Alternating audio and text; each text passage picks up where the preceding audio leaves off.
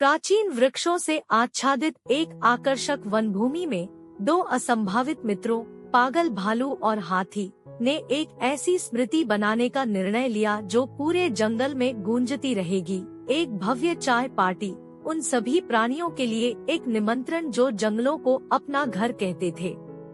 पागल भालू, एक सनकी चरित्र जो बेमेल मोजे पहनने और बारिश में स्वतंत्र रूप से नृत्य करने के लिए जाना जाता है, तैयारी में एक विलक्षण स्पर्श लेकर आया। नारियल के छिलकों को चाय के कप के रूप में चुना गया, जिससे सभा में एक अपरंपरागत स्वाद जुड़ गया। हाथी, बुद्धिमान और सौम्य, अपने दोस्त के साथ खड़ा था, एक शांत उपस्थिति प्रदान कर रहा था जो पागल भालू की जंगली हरकतों का पूरक था।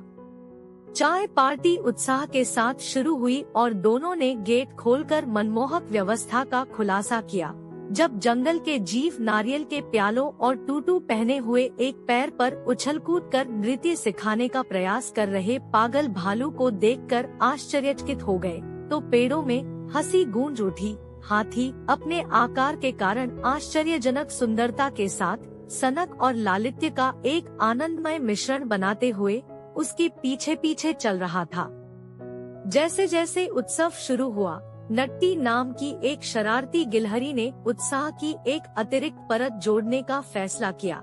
जब भी कोई उसे खोलता तो वह रंगीन कंफेटी की वर्षा करने के लिए उसने गेट के ऊपर एक शाखा लगा दी। गेट के प्रत्येक झूले के साथ जंगल रंगों के बहुरूप दर्शक में बदल गया, जिसने चाय पार्टी को एक जीवंत कार्निवल में बदल दिया।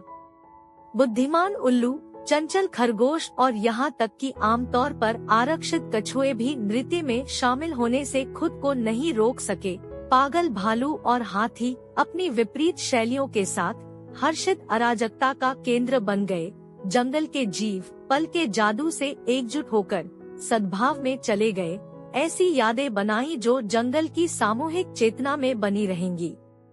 जैसे ही सूरज पेड़ों के नीचे डूबा, एक गर्म चमक बिखेरते हुए जंगल के जीव एक अस्थायी मंच के चारों ओर इकट्ठा हो गए। हाथ में हाथ डाले पागल भालू और हाथी ने अपनी मनमौजी चाय पार्टी में शामिल होने के लिए सभी का हार्दिक आभार व्यक्त किया।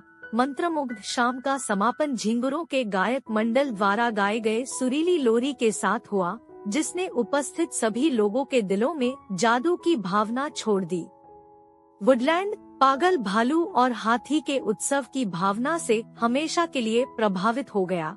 उसने अब तक देखे गए सबसे आकर्षक जमावड़े की कहानियां कानाफूसी की, लुप्त होती धुंध में हंसी की गूंज और कंफेद्दी का नृत्य बना रहा, जो जंगल के बीचों बीच अप्रत्याशित मित्रता और हर्षोल्लास की शक्ति का प्रमाण था।